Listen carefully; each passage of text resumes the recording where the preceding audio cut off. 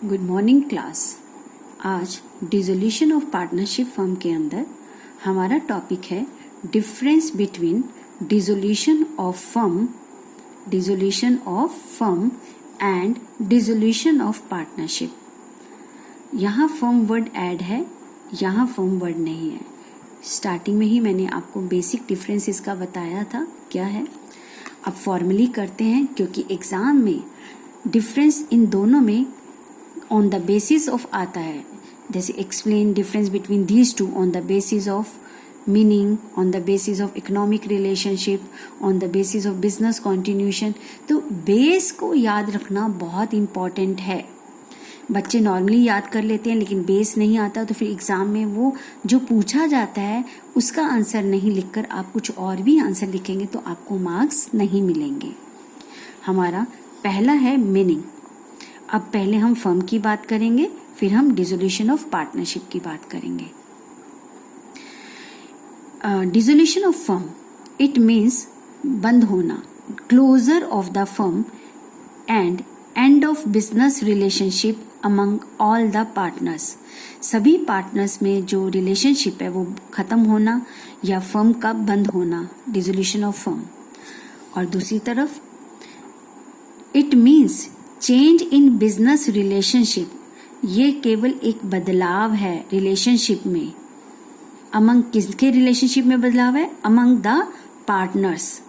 The firm continue its business, सिर्फ reconstitution हो रहा है, एक रिलेशनशिप बदल रहा है पार्टनर्स में। कोई आ रहा है, कोई जा रहा है या रेशो चेंज हो रही है और फर्म कंटिन्यूस चलती रहती है। ठीक है। सेकेंड, कोर्ट्स इंटरवेंशन, कोर्ट की इंटरफियरेंस। तो आपने अभी देखा डिसोल्यूशन ऑफ अ फर्म के अंदर कोर्ट इंटरफियर करके बंद कर सकती है। It can be either voluntarily, यानी ये जो फर्म का बंद करना है ये अपनी इच्छा से भी हो सकता है, वॉलेंटरली मतलब इच्छा से, बाय द पार्टनर्स, और compulsorily by order of court. दोनों तरीके से हो सकता है क्योंकि अभी मैंने इससे पहले आपको मोड्स ऑफ डिसोल्यूशन पढ़ाया था जिसमें बताया था mutual agreement, by the order of the court, दोनों तरीके से डिसॉल्व हो सकती है फर्म। लेकिन जो डिसोल्यूशन ऑफ पार्टनरशिप है वो तो पार्टनर्स की अपनी इच्छा पे डिपेंड करता है कि कोई पार्टनर एडमिट करो या ना करो, रिटायर, ये सारी एग्रीमेंट होते हैं, है ना, जो हमने पहले पढ़ चुके हैं। तो इट इज ऑलवेज वॉलेंट्री मतलब इच्छा से, मर्जी से है कि आप डिसोल्यूशन ऑफ पार्टनरशिप चाहते हैं तो करो, नहीं चाहते तो नहीं करो। और इस केस में दोनों ऑप्शंस हैं, इच्छा भी और कोर्ट भी। थर्ड आता है बिजनेस कॉन्टिन्यूशन। फर्म बंद होगी तो कंटिन्यू नहीं होगी, है ना, हमने पहले पढ़ लिया था ये बात। अब फर्म के डिसॉल्व होने पर business of the firm comes to an end, business end हो जाता है। बट इस केस में business of the firm continues, business चलता रहता है। Then closure of books of accounts, books को क्लोज करना। जब फर्म बंद हो गई तो नेचुरली उसकी बुक्स को क्लोज करना पड़ेगा, सारी एसेट्स को बेचना, लाइबिलिटीज को पे करना, जिसको देना है दे देना। तो books of accounts of the firm are closed in this case. और इसके अंदर books of accounts of the firm need not be close, उसे हमने बंद नहीं करते। आपने देखा जब आपने रिटायरमेंट, डेथ, एडमिशन के क्वेश्चंस किए तो चेंज होने पर आपने नई बैलेंस शीट बनाई ना, रिवैल्यूएशन कैपिटल अकाउंट्स नए बनाए ना, तो इसका मतलब अकाउंटिंग आप कर रहे हैं चेंज होने पर भी। तो यहाँ पर बुक्स क्लोज नहीं होती हैं। एसेट्स एंड लाइबिलिटीज, एसेट्स, इसमें क्या होगा जब फर्म बंद होगी तो assets of the firm are realised, और रियलाइज्ड मतलब बेचकर उनका पैसा लिया जाना। And liabilities are settled, liabilities को पे करना, सेटल कर देना। The balance amount if any, अगर कुछ अमाउंट बचता है, is distributed among all the partners, तो वो बचा हुआ पैसा पार्टनर्स में डिस्ट्रीब्यूट कर दिया जाता है। ये पॉइंट भी अभी हमने डिस्कस करा था लास्ट क्लास में। इस केस में क्या होता है, इस केस में तो एसेट्स को बेचा नहीं जाता, हाँ रिवैल्यूएशन होता है, assets of the firm are revalued and liabilities are reassessed, उसकी भी assessment की जाती है, और उन दोनों से liabilities और assets के revaluation और reassessment से profit या जो loss होगा, the gain यानी profit और loss due to it यानी revaluation से is distributed among the partners in their old ratio, ये बात भी आप जानते हैं, राइट। फिर आता है इकोनॉमिक रिलेशनशिप, ये मैंने आपको पहली क्लास में बता दिया था। इकोनॉमिक रिलेशनशिप रहेगा ही नहीं, खत्म हो जाएगा डिसोल्यूशन में, तो क्योंकि पार्टनर्स में आपस में रिलेशन ही नहीं है। Economic relationship between among the partners comes to an end, economic relationship होता है प्रॉफिट और लॉस को बांटने का रिलेशनशिप, बट इस केस में economic relationship between among the partners changes. Economic relationship तो रहेगा, लेकिन एडमिशन के केस में न्यू रेशो आ जाती है, चेंज करते हैं, रिटायरमेंट रेशो चेंज होती है ना, कोई भी सिचुएशन हो जाती है, ठीक है। तो लेकिन इसमें आपकी जो रेशो है चेंज हो जाती है, रिलेशनशिप चेंज हो जाता है। इफेक्ट क्या है? Dissolution of the firm also means dissolution of partnership. Dissolution of partnership, इसका मतलब जब फर्म ही बंद होगी तो पार्टनर्स भी डिसॉल्व हो गए, लेकिन डिसोल्यूशन ऑफ पार्टनरशिप मे और may not involve dissolution of the firm. लेकिन जब कोई पार्टनर्स डिसोल्यूशन होता है तो ये ज़रूरी नहीं है फर्म बंद हो, वो आपस में एग्री करें तो फर्म कंटिन्यू कर सकते हैं, नहीं करें तो बंद कर सकते हैं। यानी डिसोल्यूशन ऑफ पार्टनरशिप होने पर फर्म में कंटिन्यू और मे नॉट बी कंटिन्यू, ये उनके एग्रीमेंट पे डिपेंड करता है। ये है हमारा डिफरेंस बिटवीन दीज टू। अब नेक्स्ट टॉपिक है हमारा सेटलमेंट ऑफ अकाउंट्स। क्या है बेटा, अभी तक हम लोगों ने डिसोल्यूशन ऑफ पार्टनरशिप और डिसोल्यूशन ऑफ पार्टनरशिप फर्म का डिफरेंस देखा, उनकी मीनिंग देखे, ठीक है। इसके अलावा डिसोल्यूशन कैसे कैसे हो सकता है वो हमने डिस्कस किया। अब आता है कि जनरली सामान्यतः at the time of dissolution of a firm has to resolved two issues. जब भी कोई फर्म बंद होती है तो दो इशू आते हैं जिन्हें रिजॉल्व करना पड़ता है, सॉल्व करना पड़ता है। वो दो इशू कौन से हैं? पहला है सेटलमेंट ऑफ अकाउंट्स, कि अकाउंट्स का सेटलमेंट कैसे हो। दूसरा है payment of firm debts and private debts. अभी थोड़ा सा आपको अटपटा सा लग रहा होगा कि ये क्या चीज़ है, लेकिन 2 मिनट में आपको ये सारी चीज़ें क्लियर हो जाएंगी। दोबारा से सुनिए कि जब कोई फर्म डिसॉल्व होती है तो उस समय 2 इश्यूज आते हैं। वो 2 इशू क्या हैं कि अकाउंट्स का सेटल कैसे किया जाए, ठीक है। तो सेटलमेंट का मतलब क्या है कि हर बंदा कहेगा पहले मुझे दे दो, है ना, मैं ले लूँ, बाकी को मिले ना मिले, राइट। और आप जानते हैं कि पार्टनरशिप में पार्टनर्स की लायबिलिटी क्या होती है? अनलिमिटेड होती है। तो अगर अनलिमिटेड लायबिलिटी है तो फर्म उसका कुछ अपना पर्सनल भी डेप्ट हो सकता है और प्राइवेट डेप्ट भी होता है और फर्म का भी डेप्ट है। तो पहले वो किसको सॉर्ट आउट करे, किसकी पैसा पहले दे? तो इसके लिए पार्टनरशिप एक्ट 1932 के अंदर सेक्शन 48 और 49 के कुछ नॉर्म्स दिए हुए हैं जिन्हें हमें फॉलो करना है। पहला है सेटलमेंट ऑफ अकाउंट्स, कि अकाउंट्स का सेटलमेंट कैसे हो। इसको हम बाद में डिस्कस करते हैं। तो सेटलमेंट ऑफ अकाउंट्स के अंदर हमारे को 2 पॉइंट्स हैं जो डिस्कस करने हैं। पहला है ट्रीटमेंट ऑफ लॉसेस, दूसरा है एप्लीकेशन ऑफ एसेट्स। ये किसके पार्ट्स हैं? ये दोनों हमारे सेटलमेंट ऑफ अकाउंट्स के पार्ट्स हैं। सेटलमेंट ऑफ अकाउंट्स के पहला है treatment of losses. Yes class, पहला है हमारा ट्रीटमेंट ऑफ लॉसेस और एप्लीकेशन ऑफ एसेट्स। अब ये ट्रीटमेंट ऑफ लॉसेस क्या है? बिजनेस में कभी कभी आपके लॉसेस गिवन होते हैं, जैसे प्रॉफिट्स दिए हो सकते हैं, ऐसे लॉसेस भी तो होते हैं.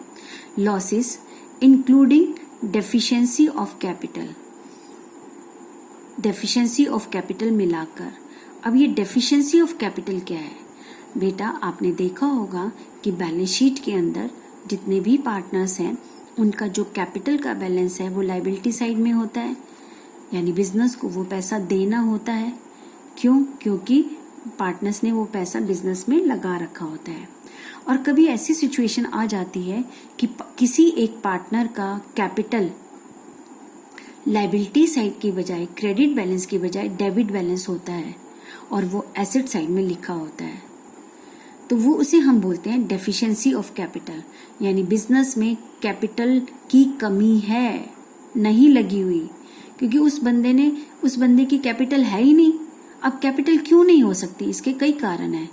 या तो बिजनेस में लॉसेस ज़्यादा हुए हैं, या उस बंदे ने ड्राइंग्स ज़्यादा कर ली हैं, या उस बंदे ने FIC नहीं करा. कई रीजंस हो सकते हैं जिसकी वजह से बिजनेस में कैपिटल की कमी है. ये कब पता चलता है? जब किसी पार्टनर का क्रेडिट बैलेंस की बजाय कैपिटल का डेबिट बैलेंस हो और वो बैलेंस शीट की एसेट साइड में दिखाया गया होगा. तो बिजनेस के अंदर जब लॉसेस और डेफिशिएंसी ऑफ कैपिटल है तो इन लॉसेस को हमने कैसे सेटल करना है? Shall be paid. अब हमारे पास बिजनेस बंद करने जा रहे हैं, तो अगर ऐसी कोई सिचुएशन है, ठीक है, तो ऐसे सिचुएशन में ट्रीटमेंट ऑफ लॉसेस को फर्स्ट आउट ऑफ प्रॉफिट, हम पहले हमारे पास जितने भी प्रॉफिट हैं उनसे सेटल करेंगे. अगर प्रॉफिट में सेटल नहीं हो पा रहा, next out of capital of a partner, तो पार्टनर्स के कैपिटल में से उतना पैसा सेटल करेंगे. और फिर भी पैसा, वो जो लॉसेस हैं वो सेटल नहीं हो पा रहे हैं, ठीक है, तो lastly if necessary bye the partners individually in PSR, profit sharing ratio. तो इसमें ये बताया गया है कि सबसे पहले आपने क्या करना है, आप ये देखो कि आपके बिजनेस के अंदर, बिजनेस को बंद करने जा रहे हैं ना, एसेट्स तो बिक जाएंगी, लेकिन जो बैलेंस शीट की एसेट साइड में जो लॉसेस दिखा रखे हैं या जो डेफिशिएंसी ऑफ कैपिटल है उसको कहाँ लेके जाएं? वो थोड़ी ना बिकेगी मार्केट में. तो वो लॉसेस को हमें सेटल करना है, खत्म तो करना होगा ना. तो ऐसे लॉसेस को कहाँ से सेटल करना है? ऐसे लॉसेस को देखो कोई प्रॉफिट तो नहीं पड़े हुए, वहां से सेटल कर दो. फिर भी नहीं हो रहे हैं सेटल, अभी भी बच गए हैं लॉसेस, तो पार्टनर्स के कैपिटल से सेटल कर दो. अब पार्टनर्स के कैपिटल में जितना पैसा था उससे सेटल कर दिए, फिर भी नहीं सेटल हो रहे हैं, तो कहाँ से करें? तो फिर पार्टनर्स अपने घर से ही लाएंगे पैसा उस लॉस को सेटल करने के लिए. किस हिसाब से लाएंगे? अपनी प्रॉफिट शेयरिंग रेशो के हिसाब से, ठीक है. अब आपको ये देखना है बेटा कि बैलेंस शीट हम बिजनेस को बंद करने जा रहे हैं, डिसॉल्व कर रहे हैं, ठीक है बेटा. जैसे ही आपकी बैलेंस शीट है, आपको फर्म को बंद करना है, तो फर्म को बंद करने के लिए आप अपनी एसेट्स को बेचोगे. फिक्स एसेट्स मार्केट में बिक जाएंगी, करंट एसेट्स के अगेंस्ट भी आपके पास कैश आ जाएगा. अब जो फिक्टिशियस एसेट्स हैं, फर्म को बंद कर रहे हैं अगर हम, तो अगर कोई लॉसेस हैं, जैसे बी's कैपिटल अकाउंट, बी के कैपिटल अकाउंट यहाँ लिखा हुआ है, ये डेफिशिएंसी ऑफ कैपिटल है, क्योंकि यहाँ बिजनेस में बी का पैसा लगा ही नहीं हुआ. अगर लगा होता तो यहाँ दिखाया होता. तो ये चीजों का तो हम रियलाइजेशन कर सकते हैं, लेकिन इन चीजों का क्या करेंगे? ये जो चीजें हैं, तो इन चीजों को हमारे पास अगर कुछ प्रॉफिट्स पड़े हैं तो हम उनमें से सॉर्ट आउट कर लेंगे आउट ऑफ प्रॉफिट. प्रॉफिट नहीं है सपोज क्वेश्चन में, यहाँ नहीं है, तो कहाँ से करेंगे? कैपिटल से करेंगे. कैपिटल भी नहीं है तो कहाँ से करेंगे? तो फिर जितने भी पार्टनर्स हैं इंडिविजुअली अपनी प्रॉफिट शेयरिंग रेशो में करेंगे उसको. हमारा टॉपिक क्या था? दोबारा से सेटलमेंट ऑफ अकाउंट्स. बिजनेस के अकाउंट्स का कैसे सेटलमेंट करना, पहले ट्रीटमेंट ऑफ लॉसेस को कैसे सॉल्व करना है, लॉस जितने भी हैं. अब आता है कि जो एसेट्स थी, अभी मैंने बैलेंस शीट आपको दिखाई, उस बैलेंस शीट में जो एसेट्स से पैसा रिलाइज हुआ उसको कैसे इस्तेमाल में करें ताकि आपस में लड़ाई झगड़ा ना हो. तो नेक्स्ट है बी.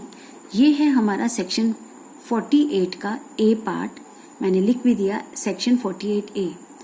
सेक्शन 48 का बी पार्ट है एप्लीकेशन ऑफ एसेट्स, यानी जो एसेट्स आप बेच रहे हैं उसके पैसे को कैसे सेटल करना है। Eight the time of wind up, जब आपका फर्म बिजनेस बंद हो रहा है, eight the time of wind up assets को सोल्ड करने से जो अमाउंट आता है, including amount contributed bye partner, is applied. अगर किसी पार्टनर की डेफिशिएंसी ऑफ कैपिटल है तो वो बाई चांस उतना पैसा ले भी आ है, अगर नहीं लाता है तो लॉस से सेटल हो जाएगा, अगर लाता है तो वो इसमें इंक्लूड हो जाएगा। ठीक है, तो वो सारा पैसा बिजनेस में आया। अब उस पैसे को कैसे कैसे सीक्वेंस में यूज करना है, ये बात आपको पता होनी चाहिए। ठीक है, पहला, इन पेइंग फर्म्स डेब्ट टू थर्ड पार्टी। सबसे पहले हम अपने फर्म के उन लोगों का पैसा देंगे जो बाहर के हैं, जिसे हम थर्ड पार्टी कहते हैं। ठीक है, सेकंड, इन पेइंग पार्टनर्स लोन और एडवांस। अगर किसी पार्टनर ने फर्म को लोन या एडवांस दे रखा है, फिर उसका पैसा वापस करेंगे। कभी कभी बिजनेस को पार्टनर्स लोन भी तो दे देते हैं, अगर बिजनेस को पैसा चाहिए कैपिटल के अलावा, तो उस पैसे को वापस करेंगे। फिर अगर पैसा बचता है, in paying each partners ratably what is due to him on account of capital. अब जो बच जाएगा लोन देने के बाद पैसा, उस पैसे को, बचे हुए पैसे को पार्टनर्स के कैपिटल अकाउंट में रेटिबली बांटेंगे। रेटिबली का मतलब जितना है उस हिसाब से उनका अनुपात निकालकर, रेशो निकालकर बांट देंगे। हो सकता है हमारे पास सारा पैसा नहीं है तो सारा नहीं दे पा सकते, थोड़ा थोड़ा देंगे, तो किसको कितना दे, जिसकी जितनी कैपिटल है उसकी रेशो निकाल लेंगे और उस हिसाब से दे देंगे। ठीक है, द रेजिड्यू। अब कभी कभी होता है कि हमने कैपिटल का सारा पैसा लौटा दिया, हमारे पास सफिशिएंट कैश था, तब करने के बाद भी अगर हमारे पास कुछ बच जाता है, द रेजिड्यू यानी बचा हुआ पैसा पार्टनर्स को उनकी प्रॉफिट शेयरिंग रेशो में दे दिया जाएगा। ठीक है, उनकी प्रॉफिट शेयरिंग रेशो में दिया जाएगा। तो ये थे हमारे सेटलमेंट ऑफ अकाउंट्स, कि अकाउंट्स का सेटल कैसे करना है, उसके दो पार्ट्स, ए पार्ट और ये है आपका बी पार्ट। राइट, अब हम करते हैं सेटलमेंट ऑफ अकाउंट। सेक्शन 48 हो गया। अब है payment of firms debts and private debts, कि फर्म का भी उधार है और जो पार्टनर्स हैं उनका भी उधार है। तो इसके लिए सेक्शन 49 को फॉलो किया जाता है, जिसके हिसाब से फर्म्स की प्रॉपर्टी अगर कोई है, सिंपल सी बात है, अगर कोई फर्म की प्रॉपर्टी है और फर्म की लायबिलिटी है, तो पहले फर्म की प्रॉपर्टी में से फर्म की लायबिलिटी पे की जाएगी। फर्म की लायबिलिटी पे करने के बाद जितनी भी लायबिलिटी है, ऑल लायबिलिटी, जो पैसा बचेगा वो पार्टनर्स को दिया जाएगा। फिर पार्टनर उससे अपनी प्राइवेट डेब्ट को चुका सकते हैं, यानी फर्म की प्रॉपर्टी से पहले फर्म का लायबिलिटी या फर्म का उधार चुकाया जाएगा, फिर बचेगा पैसा तो पार्टनर्स का प्राइवेट लायबिलिटी या प्राइवेट डेब्ट को चुकाया जाएगा।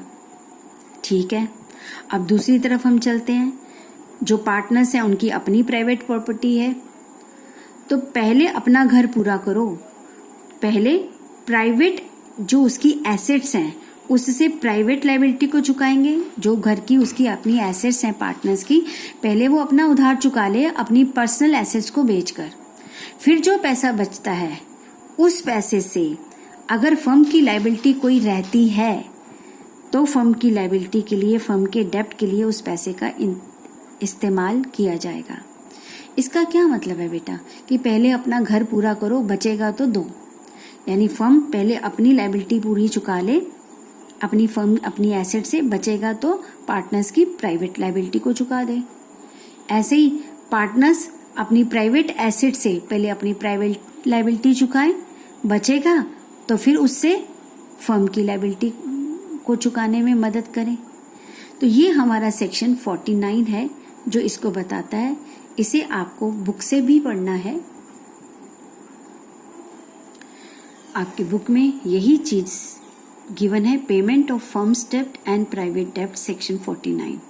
ये प्रॉब्लम तब आती है बेटा व्हेन बोथ द डेब्ट्स को एग्जिस्ट, जब फर्म के भी उधारी है और पार्टनर्स की अपनी पर्सनल उधारी भी है, तब उस समस्या को सॉर्ट आउट कैसे किया जाए, इसके लिए सेक्शन 49 बनाया गया है। फर्म्स प्रॉपर्टी, फिर है प्राइवेट प्रॉपर्टी, कैसे कैसे इस्तेमाल करनी है मैंने आपको समझा दी, अभी समझाई है। आप इसको रीड कर लेंगे, कोई प्रॉब्लम होगी तो आप मुझसे पूछ लेंगे। ऐसे ही इसी से बेस अगला पॉइंट है, दोनों में डिफरेंस बेसिस है, फर्म्स डेब्ट और प्राइवेट डेब्ट सेम पॉइंट्स हैं। आप इसकी भी रीडिंग कर लीजिएगा एक बारी ताकि आपको क्लियर हो जाए। तो ये हमारा थ्योरी पार्ट कंप्लीट होता है। नेक्स्ट क्लास में हम लोग इसका न्यूमेरिकल पार्ट स्टार्ट करेंगे। थैंक यू बेटा।